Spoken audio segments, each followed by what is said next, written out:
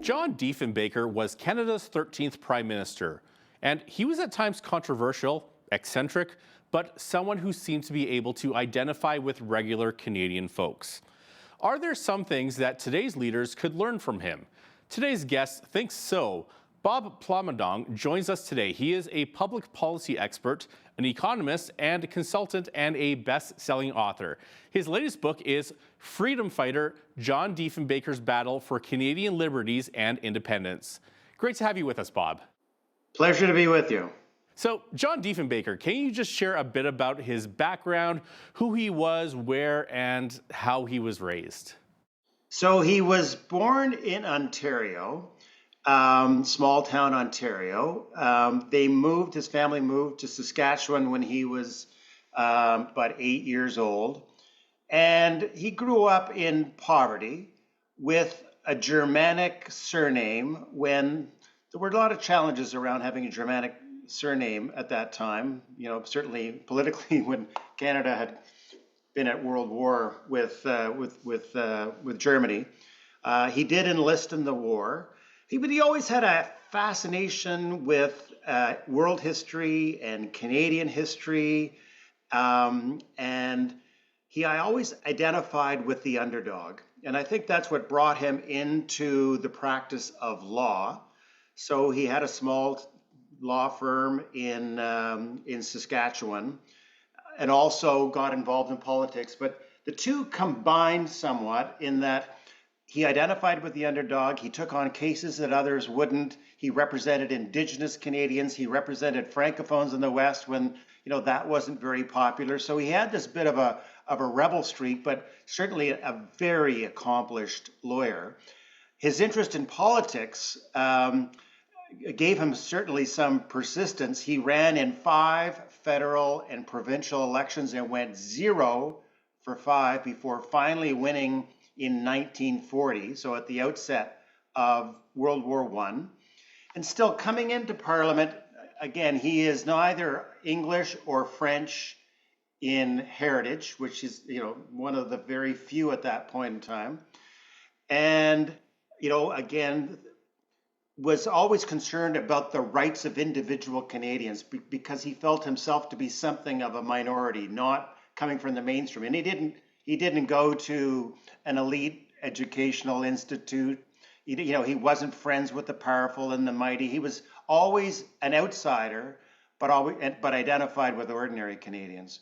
So he finds himself as a member of the Progressive Conservative Party in 1940. They're in opposition.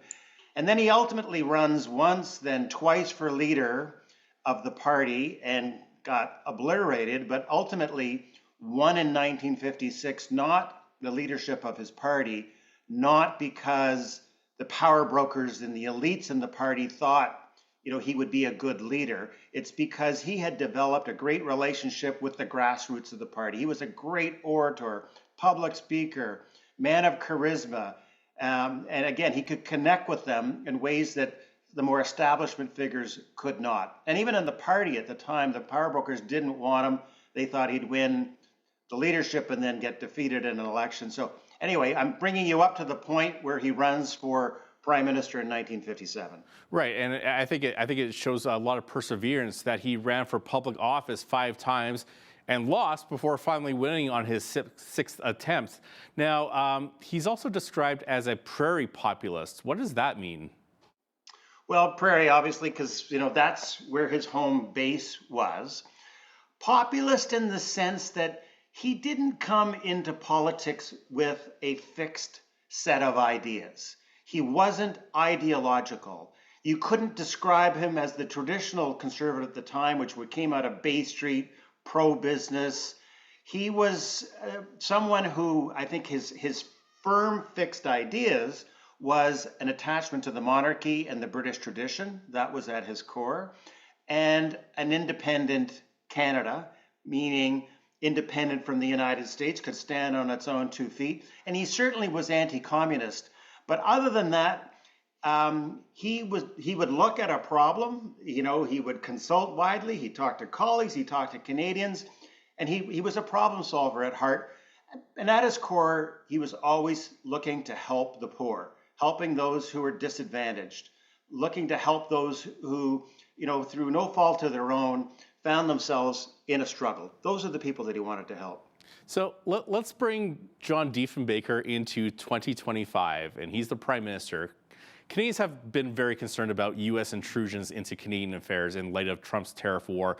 So you write that Diefenbaker was always wary of American influence over Canada. So how do you think he would be responding to our current situation now in 2025? So within months of becoming Prime Minister in 1957 in a minority parliament, the very first thing he did was to announce a policy to divert 15% of Canadian trade away from the United States and towards Commonwealth countries and other countries around the world. So he was trying to build up the resilience of the Canadian economy. The other thing that he did was, as Macdonald had a national vision, Diefenbaker had a northern vision. So he was developing the infrastructure of roads to resources and rail lines to the north of Canada to develop our energy, our minerals, our forestry. And he was doing that not just to build up our economy, but to Canadianize it in a sense that a lot of our resource and other industries had been foreign held.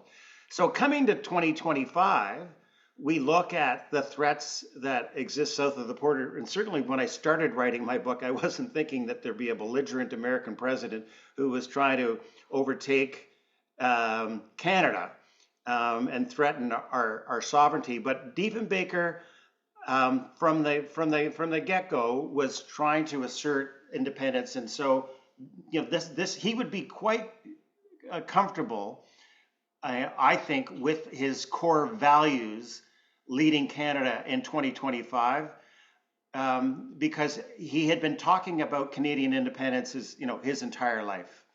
This would have been core to his being, and he would invest. He was criticized when he was Prime Minister because he ran deficits. He ran deficits because he was investing in our national infrastructure. So these were things to strengthen our economy and strengthen our resilience and our independence. I'd really love to see a meeting between John Diefenbaker and U.S. President Donald Trump. I think that would be a very interesting encounter. Now, you had also talked about how it would be raucous for sure, because Diefenbaker if he had an enemy, it was John F. Kennedy. They battled, throughout the term that they were together, and Diefenbaker didn't hesitate to take on Kennedy, and he certainly wouldn't have hesitated to take on Trump.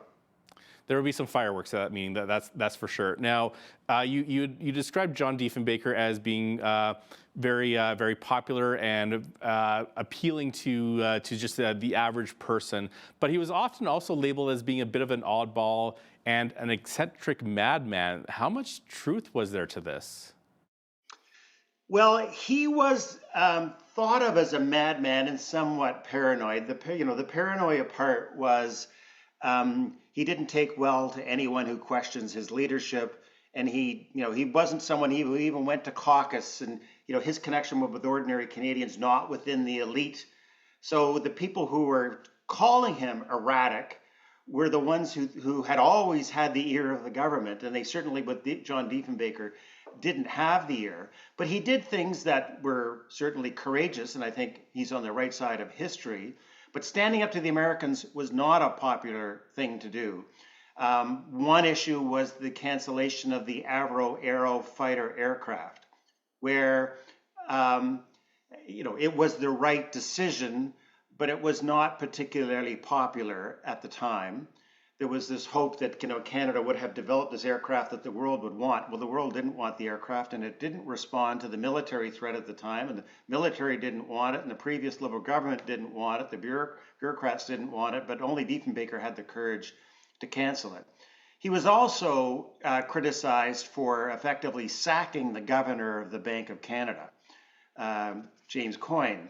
So, that got him a lot of attention. That's not something that the financial community was necessarily keen on its own, but the governor of the Bank of Canada had become quite erratic and was doing quite a bit of damage to our economy. And so he took on Coyne. And so these things got, a lot of attention. and somewhat took on a life of their own, certainly mythologized. And the media didn't like John Diefenbaker, so they were, quick to attack him. And that kind of set in the minds of Canadians this notion that Diefenbaker was a bit erratic.